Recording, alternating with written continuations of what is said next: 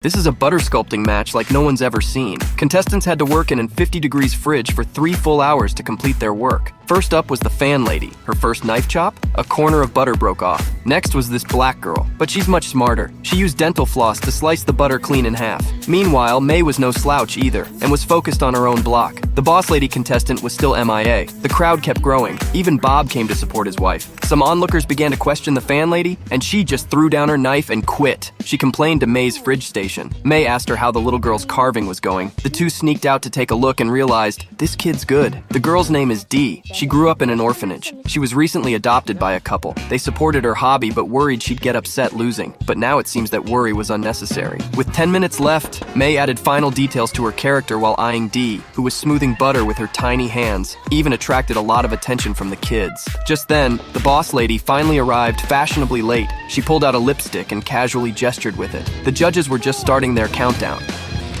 2, 1. The competition ended. Next segment required contestants to take turns presenting their works. The fan lady had carved 3 little kittens. Wait, are you kidding me? As for the boss lady, she's actually wearing a good girl's dress. Though her work was abstract, her speech was anything but ordinary. And one day, I met another man, and that man was Jesus Christ.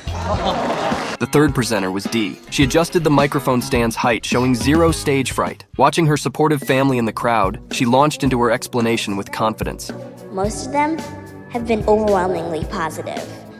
So why then can a 10-year-old black girl with no family, no money, and no connections stand before you today and believe that she can win this competition? Now May froze in panic. She glanced at her notes. Her rival Dee's work and performance had blindsided her. When May's turn came, her nerves made her stutter through the script, even veering into defensive rambling. I'd like to remind you what this contest is about. It is about excellence in butter. After the judges' scoring, the results were announced. Dee took first place. May couldn't believe it. She'd lost to a literal child. But the next day, Dee and her parents were summoned to the organizer's office. Then a man entered, claiming Dee's adoptive father had bribed him to finish her carving. Ethan approached me knowing I have superior skills in the art of sculpting butter. I said no at first. But after he gave me $500. This lie is so clumsily fabricated. He even kept peeking at notes hidden in his hat. Seizing the moment, May proposed, if Dee's innocent, let's have a rematch. Plot twist. The man was May's plant. After all, this little girl threatened her glory, so she'd schemed to force a do-over. As adults argued furiously, Dee shrugged. Fine, bring it on.